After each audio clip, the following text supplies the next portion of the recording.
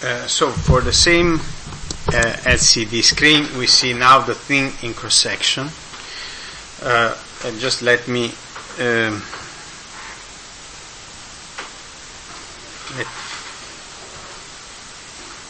let me show you the various parts. So this is the thin film transistor, and this part is the liquid crystal cell. So this is the back, and this is the front of the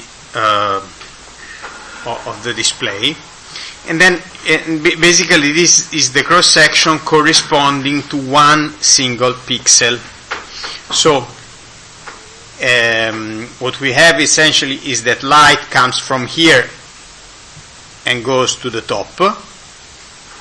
Okay, so this is the color filter. For example, in this case it can be blue, so we have a white light that becomes blue after it passes, is filtered only the blue component of the white light,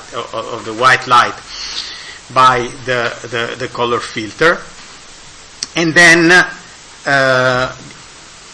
depending on the fact that the TFT applies a high voltage or a zero voltage to the two electrodes of the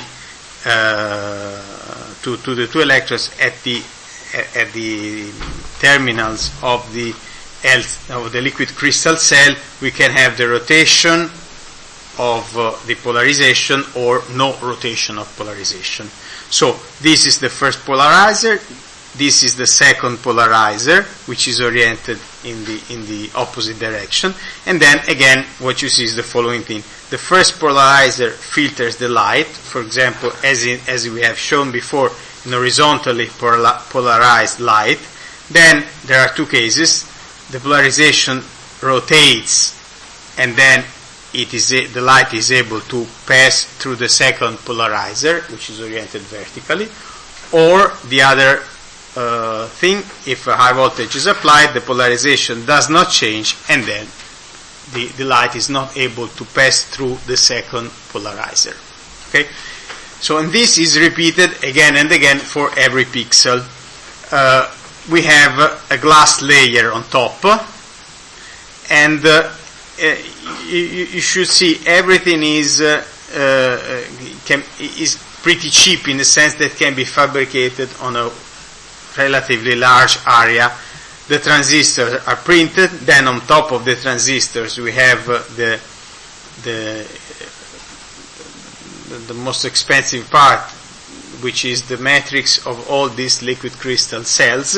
Then on top of it we have this color matrix with all the color filters according to the pattern of pixels that we need, then the glass, and then on top the polarizer. So of course this has to be sealed pretty well, because you don't want the liquid crystal to exit the cell, and also typically do not want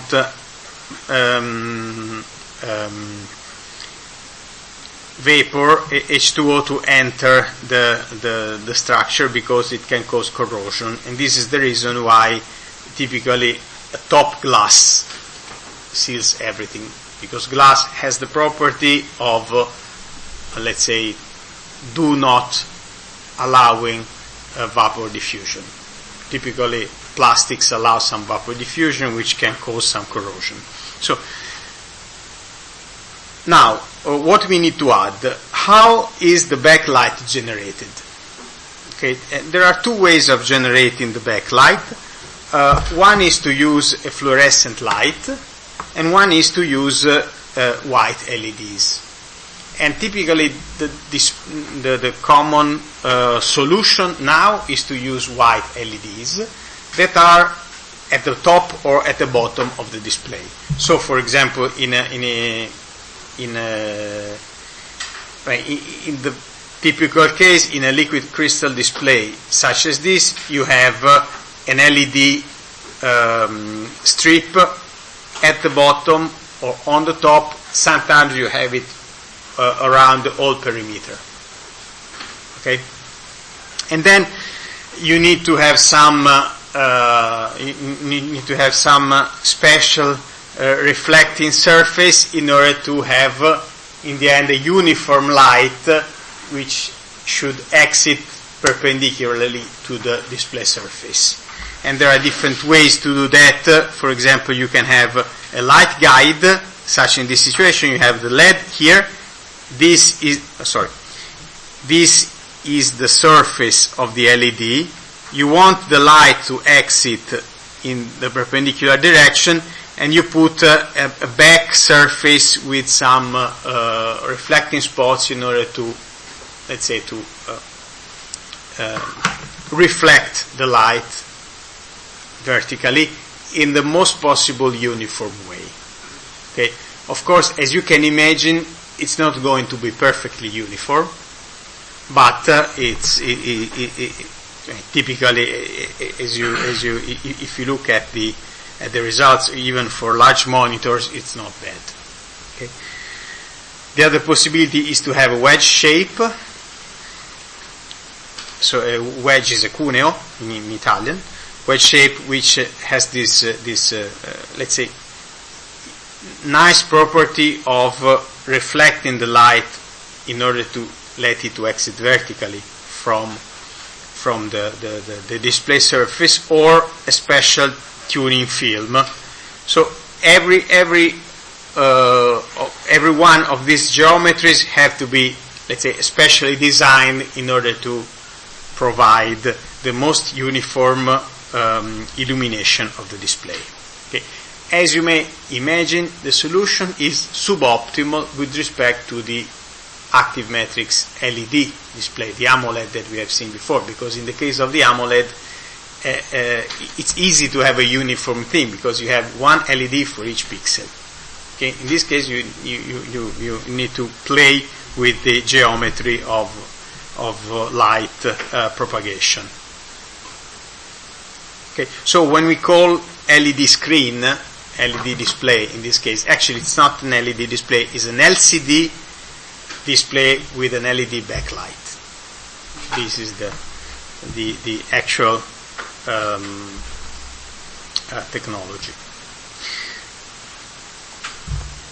Okay, just to complete the aspect, we need to have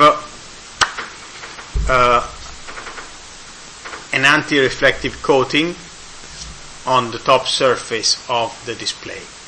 This is, I want to stress all the aspects because, one can often forget about all the details that one needs to take into account for each, let's say, in principle, simple component. So the anti-reflective coating is very simple in terms of principle of operation. What you do is the following. If this is the display surface, you need to consider the fact that if you have light coming from the outside of the display, this light is partially reflected, as in this first line, and of course, you see in the display also the image that the display is reflecting. If you want to avoid that, you need an anti-reflective coating. And what does this coating do? Actually, it's pretty simple. Typically, the coating has a thickness which is equal to 1/4 of the wavelength of light. Okay, and let's assume for simplicity that we have a light at one specific wavelength. This is the impinging wave. This is the reflected wave. If we have a coating, there is an additional surface, so we have some reflection also at the surface of the coating. If this is the thickness of the coating is 1/4 of lambda, then the phase of the wave reflected by the coating is 1/4 of lambda plus 1/4 of lambda is lambda half, out of phase with respect to the first reflected wave. Half of lambda means a rotation of phase of 180 degrees. So it means that we have that the two reflected waves are in phase opposition, and they cancel one with the other. Okay, the sum of the two reflected waves is ideally zero. Okay, so you have no reflection. This is the basic principle of operation, and of course it needs to be very, very fine-tuned, because you need to have the same amplitude of the wave reflected at the surface of the coating and at the surface of the display, in order to have let's say destructive interference, how is it called, between the two waves. Now the thing is not that simple, because actually light is consisting of several different wavelengths, and of course this principle can only work perfectly for one specific wavelength.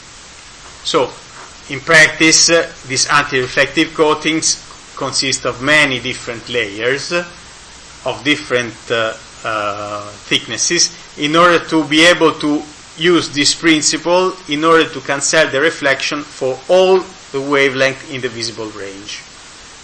Okay, so it's much more complicated. You do not have just one coating layer, you have several coating layers in order to have a proper filter which is able to cancel all the wavelength in the visible range. But at least the principle of operation is this one. Now, I just have 20 minutes. Just want to address one last property: the touch screen, the detection of touch.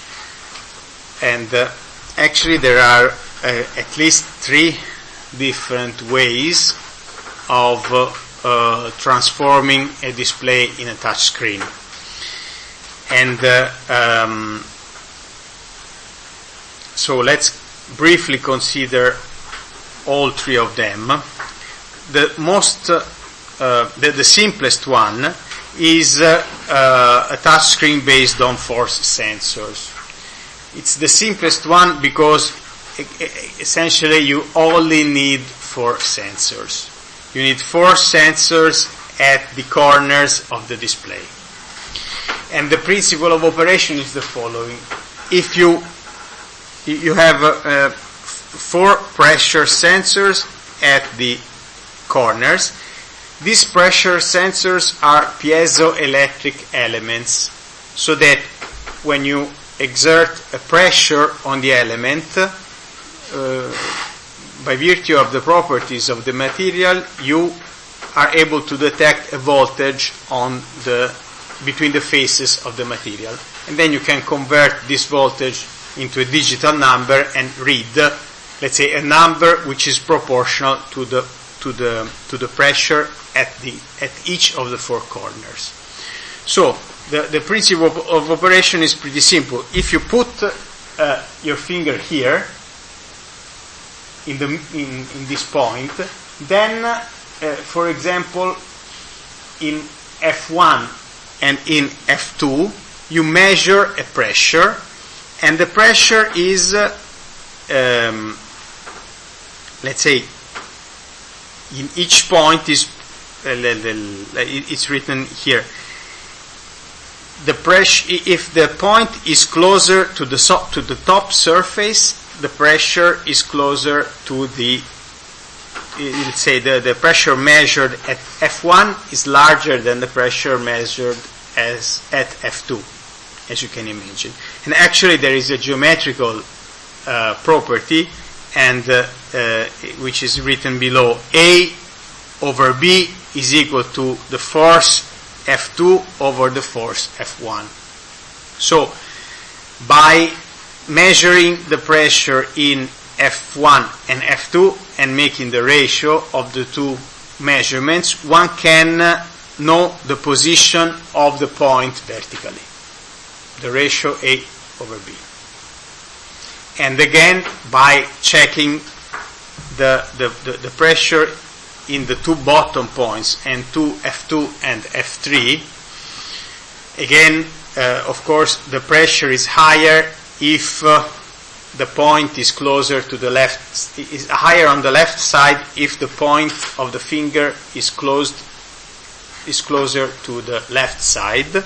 So F2 over F3 is equal to D over C, and therefore by comparing F2 and F3, one can measure one can obtain the relative position on the horizontal axis.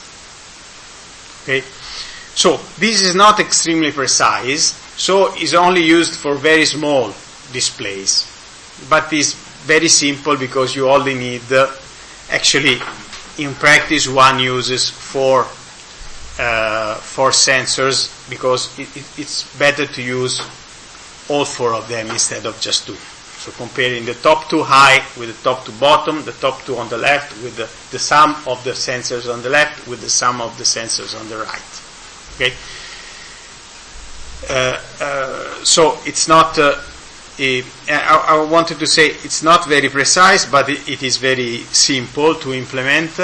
It's very cheap as a touch screen, and it has also the defect that you cannot detect multi-touch, because it only works if you touch just one point. Okay, but this is very common. For example, I don't know if you have some touchscreen displays, for example, for the temperature, for the alarm at home. These are all based on these four sensors. Of course, the touchscreens on smartphones are more sophisticated. Now, another very common option is to have resistive touchscreens.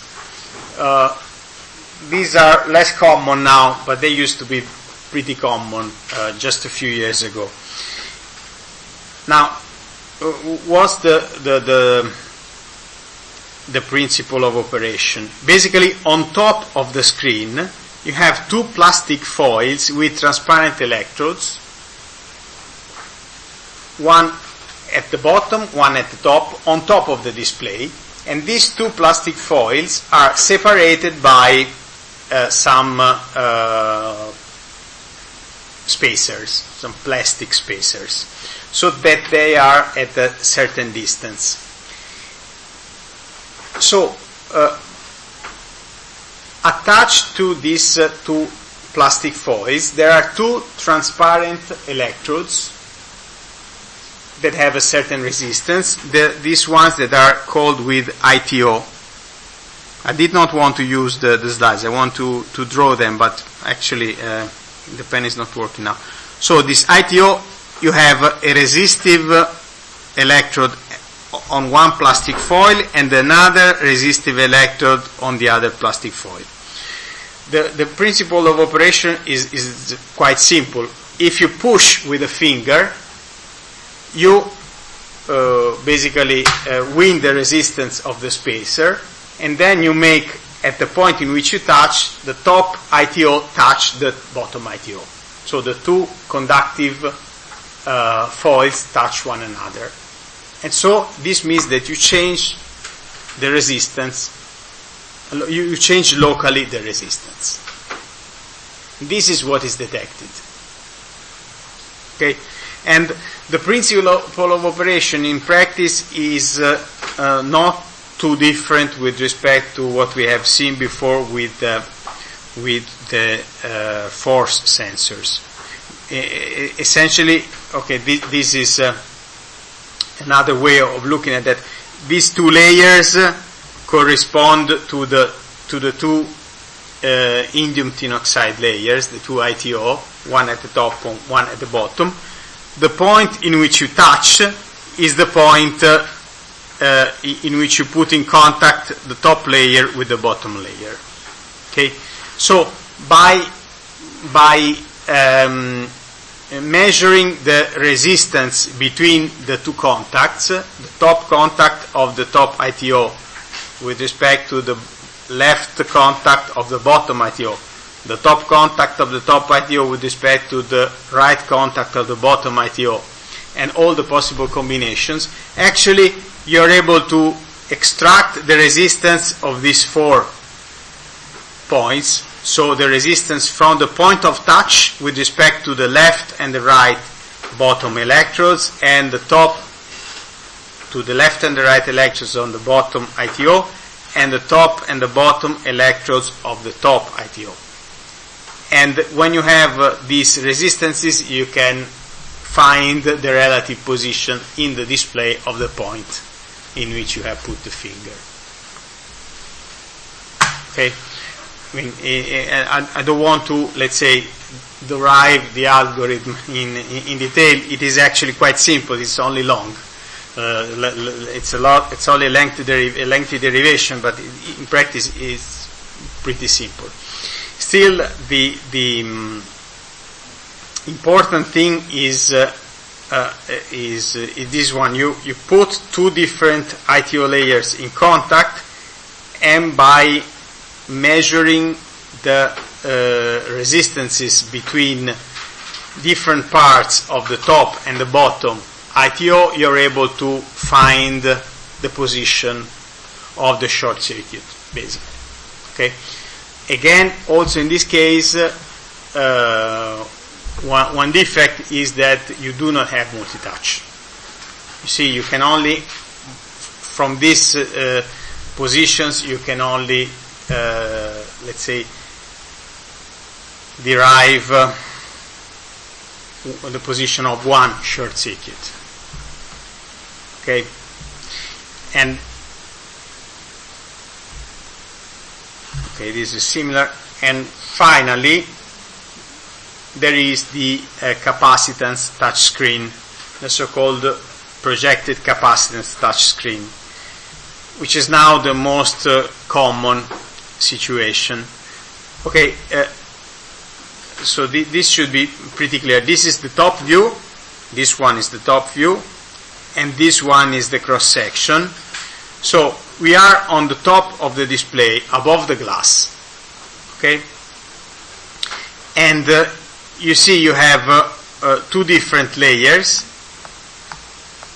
One which is colored in blue, just for the purpose of looking at it, and one that is colored in green. Actually, these are transparent layers, so you do not see them. Okay, this is just for the purpose of showing the principle of operation. They are completely transparent, and they exploit the capacitance between the 2 layers. And actually not just the capacitance between the 2 layers, but the capacitance between 2 different, any 2 islands of 2 different layers. Okay, and the principle of operation is pretty simple. Is that when you move the finger close to the 2 electrodes, you change the capacitance between the two electrodes, the blue one and the green one, just because you change the environment, and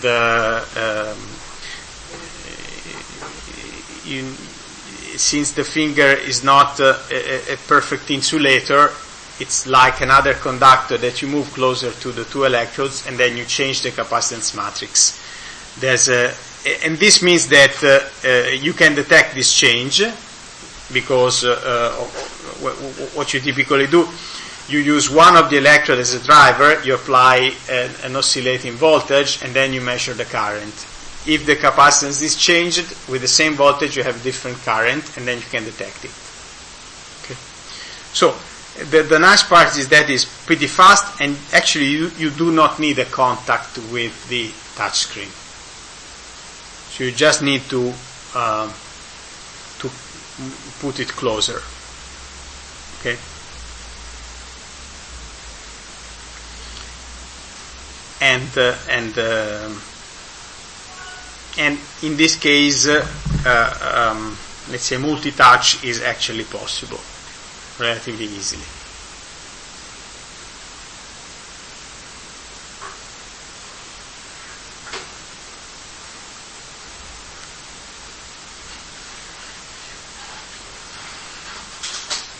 So the relatively easily, relatively easily. The main part is that if you want to detect just one touch, you do not need to, let's say, drive independently each row and each column. If you want to detect a multi-touch, you need to be able to scan each row and each column in order to find where is the capacitance that is changed, and if more than one capacitance has been changed in the same in the same geometry, in the same screen.